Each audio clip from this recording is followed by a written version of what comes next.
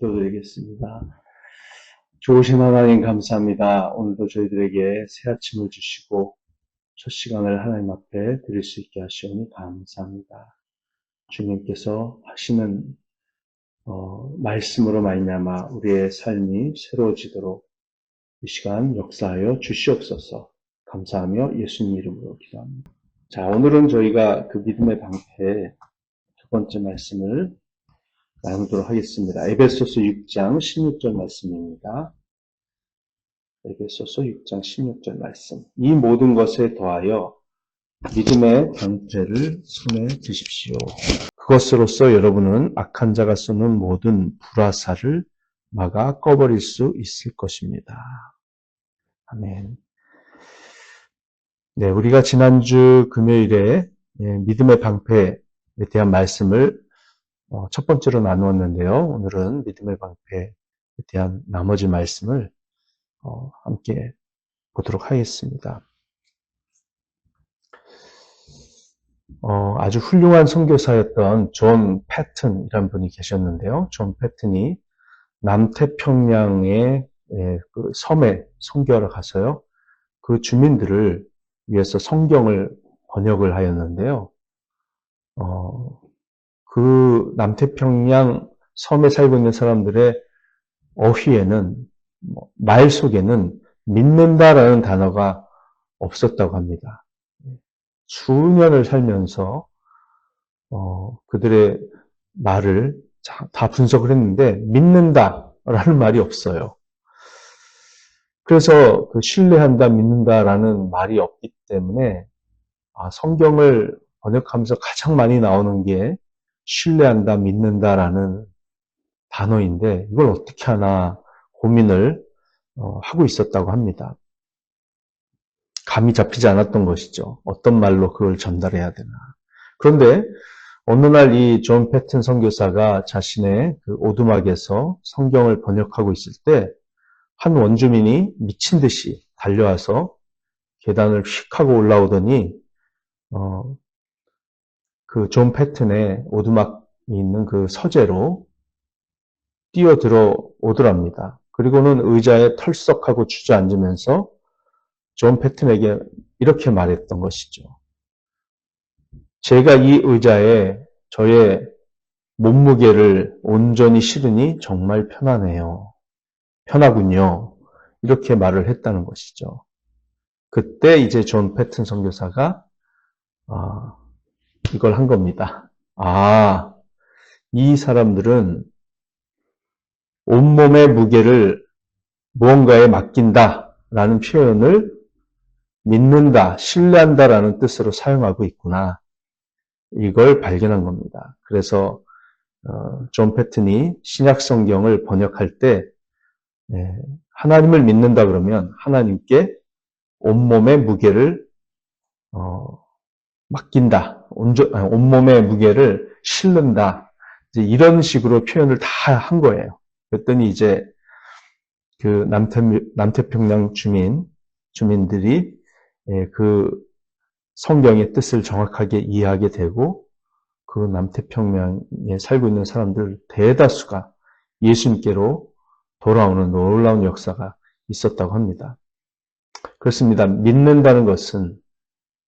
하나님을 믿는다는 것은 온몸의 무게를 하나님께 맡기는 것이고 하나님께서 말씀하셨다면 그것은 진리이고 나는 그것을 온전히 신뢰하며 나의 인생의 무게를 거기다가 내어 맡기겠다라고 하는 뜻이 되는 것입니다. 그렇다면 하나님에 대한 이런 믿음은 유혹 속에서 어떻게 작용할까요?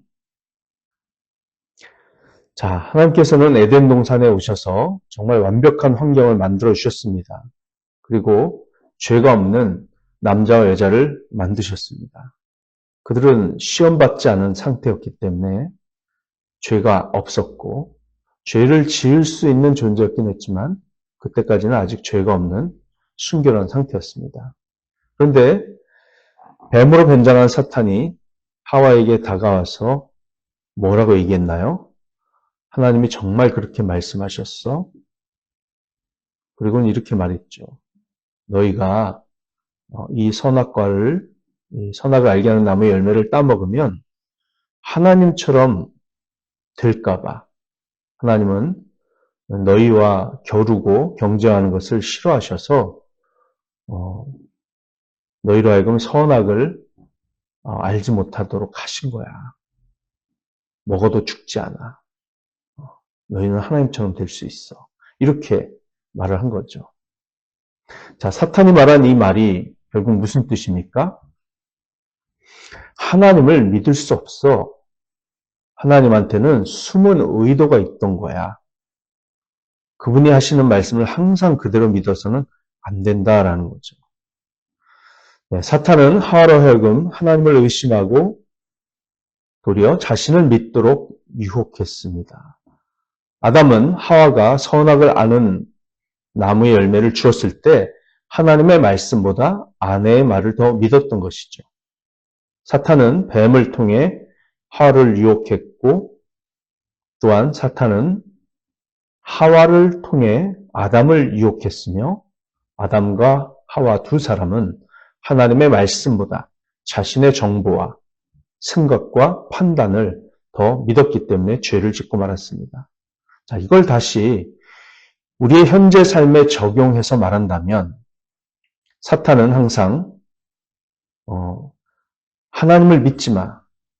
그분은 약속을 지키지 않으시니까 하나님은 너에게 숨기는 게 많아.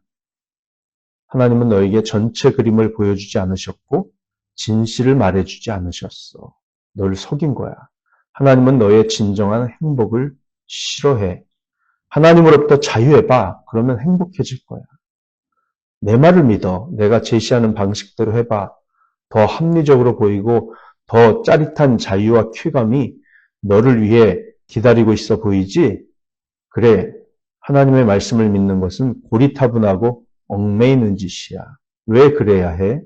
너는 하나님의 말씀이라는 굴레에서 벗어나야 너다운 삶을 살 수 있는 것이고 이 세상 모든 사람들과도 잘 어울리며 지낼 수 있어. 그래야 네가 성공할 수 있지. 안 그래? 왜 사람들로부터 고립되어서 하나님한테만 매달리려는 거야? 그건 실패의 지름길이라고. 라고 사탄은 항상 우리한테 말을 합니다. 이것이 바로 사탄으로부터 오는 모든 유혹이 매번 모든 그리스도인에게 다가오는 방식입니다. 어떤 청년이 저에게 와서 이렇게 말하더군요. 목사님, 믿지 않는 사람과 연애를 2년 했는데 교회나 하나님을 믿는 것에 대해 그 사람은 아무 관심이 없어요. 잠시만요. 아이고, 제가 이거 설교를 막 하다 보니까 카메라가 삐뚤어져 있는 것도 못 보고 지금 발견하네. 제가 삐뚤어져 보이네요. 이제 좀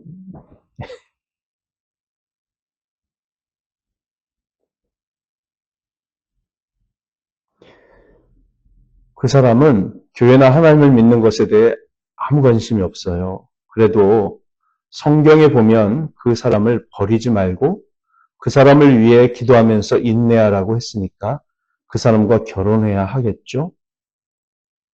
저는 그 청년에게 말했습니다.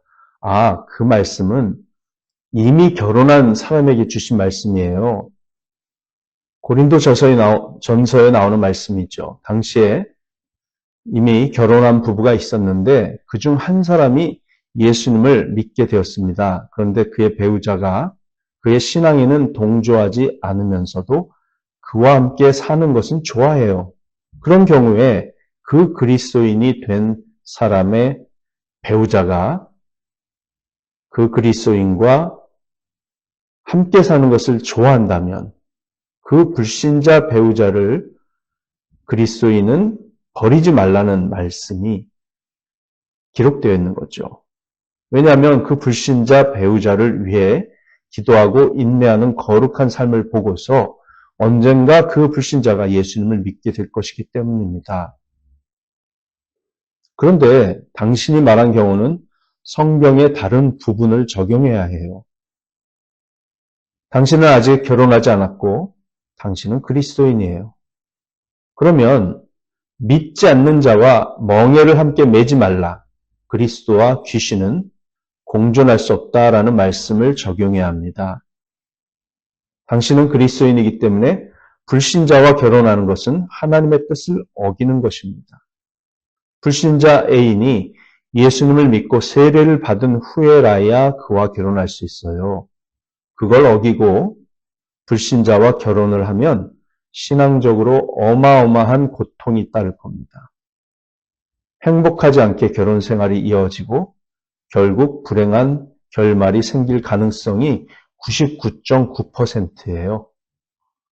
0.1%의 경우만이 불신자 애인이 결혼한 이후에 그리스도인이 되는 것 같아요. 당신이 불신자와 결혼한다면 하나님의 말씀보다 자신의 생각을 믿는 것이며 그 대가로서 당신은 하나님으로부터 멀어질 것이고 매우 고통스러운 생활을 그 불신자 배우자로 인해 지속하게 될 것입니다. 불신자와 연애를 하는 것은 가능해요. 그러나 그 사람이 결국 예수님을 믿고 세례를 받은 후에야 결혼식을 올려야 해요. 만일 일정 시간이 지났고 당신이 결혼 적령기가 되었는데도 그 애인이 예수님을 믿지 않으면 헤어져야 합니다. 하나님께서 더 좋은 상대를 준비하시고 믿음이 좋은 배우자를 허락하신다는 것은 믿어야 해요. 믿음이 좋은 배우자는 하나님의 은총의 선물입니다. 그렇게 말했더니 그 청년이 이렇게 얘기하더군요. 그럼 저의 애인이 예수님을 믿지 않으면 헤어지는 것을 진지하게 생각해야겠네요. 결국 믿지 않으면 헤어져야겠네요. 그렇게 말을 하더군요. 감사했습니다. 그런데요, 저는 저의 마음속으로 이렇게 생각했습니다.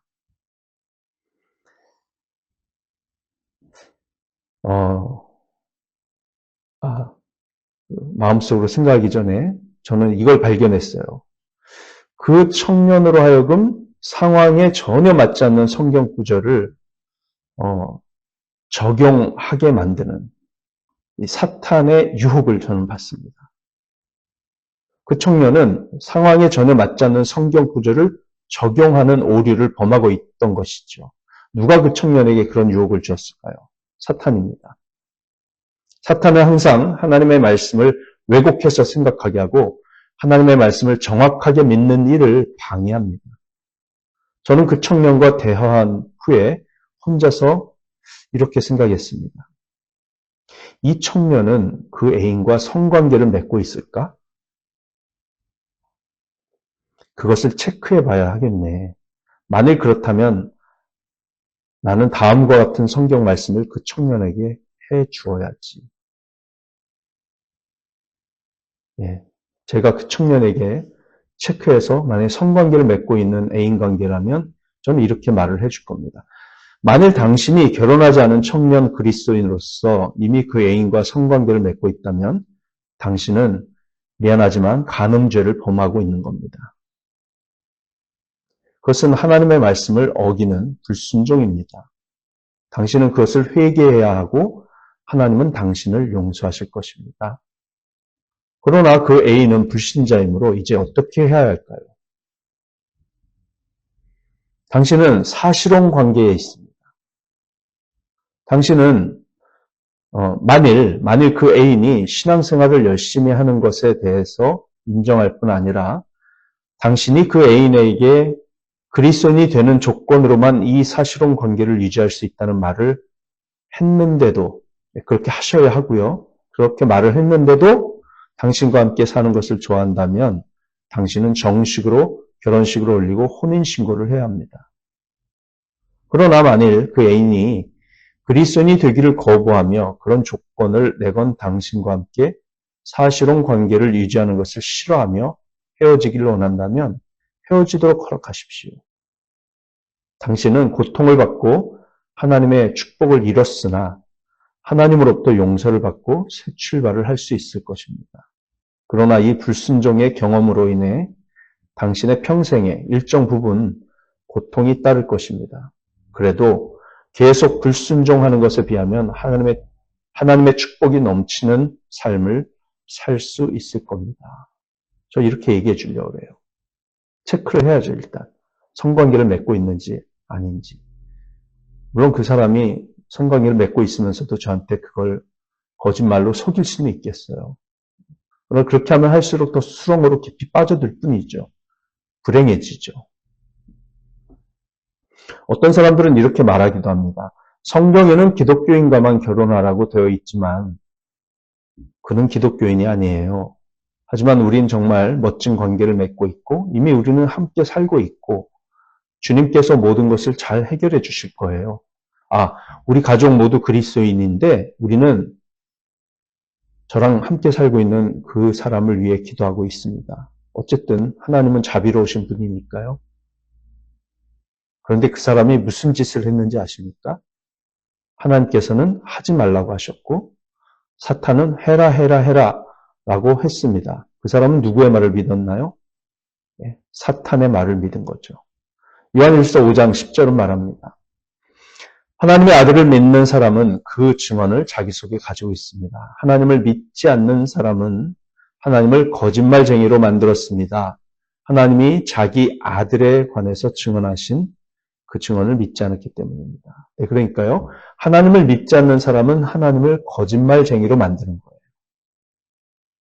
하나님 말씀을 왜곡하고 잘못 적용하고 믿지 않고 하나님 말씀에 불순종하는 사람은 그 순간만큼 하나님을 거짓말쟁이로 만드는 겁니다.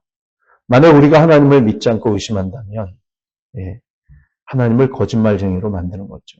디도서 1장 2절은 하나님은 거짓말하실 수 없는 분이라고 말씀하고 있습니다.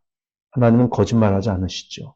그런데도 우리는 죄를 지을 때마다 어리석게도 사탄을 믿고 맙니다. 우리는 또다시 속아 넘어가는 것입니다. 사람들은 말합니다.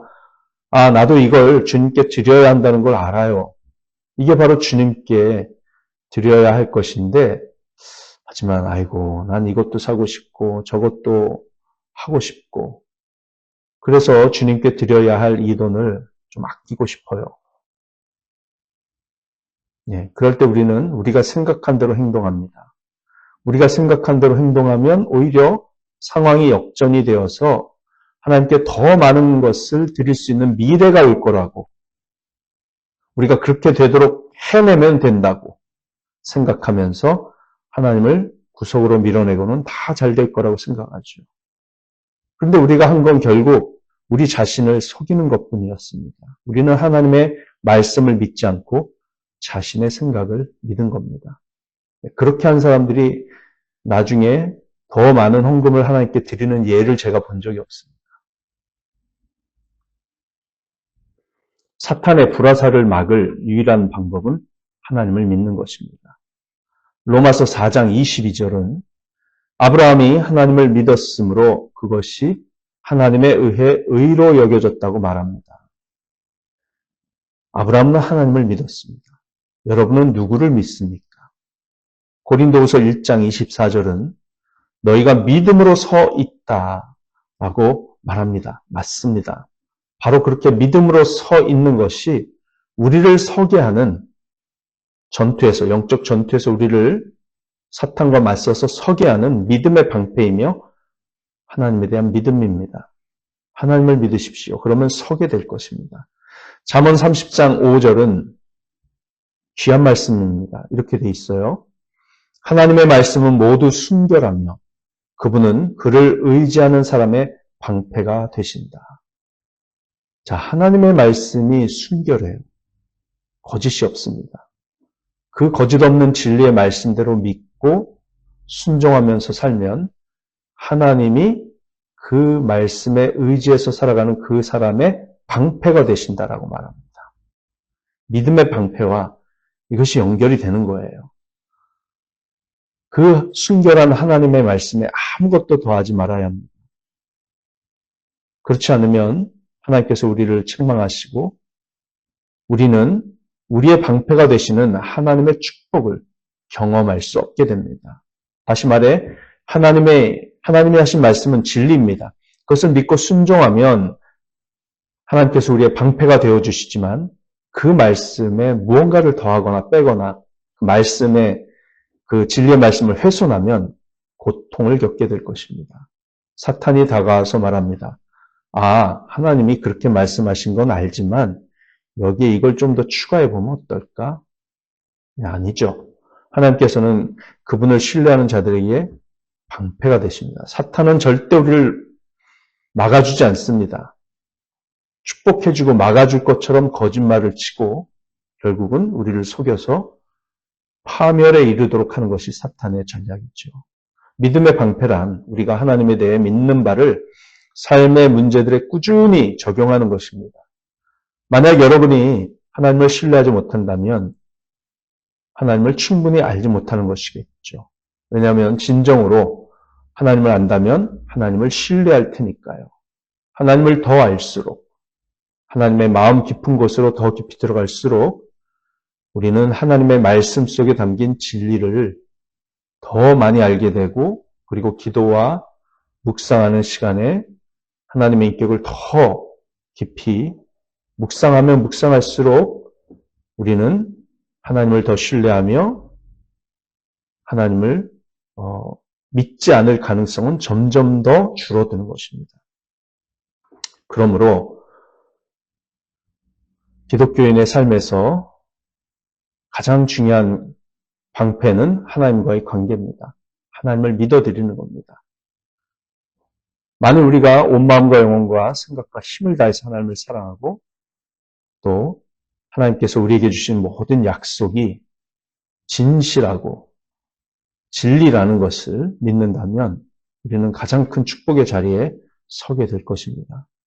죄를 짓기보다는 하나님의 축복을 받게 될 것입니다. 누구나 축복하고 싶어하고 축복받기를 원하며 누구나 최고를 원합니다. 하나님은 우리를 축복하고 싶어 하십니다. 우리가 진정으로 영적인 면에서나 삶 속에서 축복을 받기를 원한다면 하나님을 믿어야 합니다. 하나님의 말씀대로 믿고 적용하고 순종해야 합니다. 하나님께서는 네가 나의 방식대로 한다면 내가 그 축복을 줄게 라고 말씀하십니다. 사탄의 방식으로 한다면 그것은 단지 하나님을 믿지 않는 것이고 축복을 잃는 것밖에 되지 않습니다. 창세기 15장 1절에서 하나님은 아브라함에게 이렇게 말씀하셨어요. 아브라함아 두려워하지 말아라. 나는 너의 방패이니라. 시편 46편에서도요. 하나님은 우리의 피난처요 힘이시니 환난 때에 지극히 가까이 계시는 도움이시라라고 말씀합니다. 잠언에도 우리 주님의 이름은 견고한 망대이니 의인은 그곳으로 피하여 안전하게 된다라고 말씀합니다. 네, 하나님 우리의 방패가 되시고 망대가 되어주세요. 견고한 망대입니다. 망루가 되십니다. 시편 84편에도 주 하나님은 방패이시다라고 기록하고 있습니다. 그렇습니다. 하나님은 우리 편에 계시는데 그리고 우리를 축복하기를 원하시는데 만약에 우리가 사탄의 말을 듣는다면 사탄에게 승리하기는커녕 오히려 하나님이 주시고자 하시는 축복을 잃어버리고 우리는 사탄 앞에 서서 전투에서 싸워 승리할 수 있는 견고하게 설 수 있는 그 스탠스를 스스로 무너뜨리는 일이 되고 말 것입니다. 그러므로 우리는 불순종할 때마다 하나님의 말씀을 믿지 않고 사탄의 말을 믿은 것, 자기의 생각을 믿은 것에 대해서 회개하고 빨리 하나님 앞에 진리의 말씀을 순종했다고 고백하면서 나아가야 하고 그렇게 함으로써 우리는 다시 설 수 있을 것입니다. 자, 믿음의 방패 너무 중요하죠. 앞에 세 가지 하나님의 전신갑옷 세 가지 무기가 뭐였습니까? 진리의 허리띠, 정의의 가슴막이, 또 평화의 복음의 신발이었죠. 이것은 항상 착용해야 하는 무기입니다. 벗지 않아요. 항상 착용합니다. 그런데 믿음의 방패는 우리가 휴식할 때는 내려놔요. 우리가 좀 방심하면요, 하나님을 믿는 게 쉽지 않습니다. 하나님의 진리의 말씀을 늘 붙들고 사는 게 쉽지 않아요. 하나님의 진리의 말씀을 믿고 하나님을 신뢰하는 것이 믿음의 방패인데, 이거는 정말 부단한 노력을 하지 않으면 우리가 잘 갖추기가 쉽지 않습니다. 그래서 믿음의 방패, 이걸 우리가 개인적으로도 잘 갖추고, 큰 방패라고 그랬죠, 제가. 높이 125cm. 큰 방패, 우리를 다 숨겨줄 수 있는 이 방패. 나 자신도 갖추고, 또 우리 그리스도인인 우리 교회 성도들이 다 이것을 갖추어서 겹겹이 방패를 이렇게 쌓음으로써, 연결함으로써 이중적으로 하나님에 의해서 보호받고 사탄과의 싸움에서 승리하는 저희들 되기를 원합니다. 어저께만 해도 참으로 귀한 예배와 바베큐 파티 좋은 시간이 있었어요. 또 새로운 사람들이 교회로 들어올 것처럼 보이는 그런 긍정적인 일도 있었습니다. 하지만 또 우리 가슴을 쓸어내리는 안타까운 일들도 있었습니다. 여러분이 모르시는 또 사건들이 또 있어요. 정말 우리가 이제 기도 제목을 나누고 제가 말씀을 드리겠습니다만, 그 일을 위해서 우리가 간절히 기도하고 우리 교회 성도의 가정, 이 문제를 위해서 합심해서 기도하며 나아갈 때 주님께서 역사하시고 놀라운 일을 행하시리라 믿습니다. 여러분 특별히 카즈키를 위해서 기도해 주시기 바랍니다. 카즈키와 또 우리 잠시 이렇게 하나님으로부터 조금 멀리 떨어져 지내고 계신 우리 송신영 집사님, 고통을 많이 겪고 계신데 송신영 집사님을 위해서 간절히 기도해 주시기 바랍니다. 여러분의 기도가 놀라운 축복으로 이어질 것이고요. 이번 주에 송신영 집사님과 카즈키 저를 만나기로 약속했는데 그 약속이 좀 지켜졌으면 좋겠어요. 지금까지 한 번도 지켜진 적이 없습니다. 목사님, 저를 만나겠습니다. 한 번도 지켜진 적이 없습니다. 근데 더 이상 그 약속을 지키지 않고 하나님께 다가오지 않으면 더 엄청난 고통을 당하게 될까 봐 저는 두렵습니다. 여러분, 그 가정을 위해서 간절히 기도해 주시기 바랍니다. 기도하시고 마치겠습니다. 하나님 감사합니다. 오늘도 생명의 말씀을 주셨습니다. 저희들이 이 말씀을 붙들고 매일의 영적 전투에서 싸워 승리할 수 있게 하시고 사탄의 불화살을 개인적으로나 교회적으로 잘 막아내어 승리하는 우리가 되게 하여 주시옵소서. 하나님께서 당신의 싸움을 앞서 싸우시고 나아가실 때 우리가 진리의 말씀을 믿고 순종한다면 반드시 승리할 줄 믿사오니 주님의 축복을 받는 자들이 될 줄 믿사오니 주님 은혜 베풀어 주시옵소서. 감사합니다. 예수님의 이름으로 기도합니다. 아멘. 감사합니다. 사랑하고 축복합니다. 오늘도 복된 하루 되시기 바랍니다. 기도하는 시간 갖겠습니다.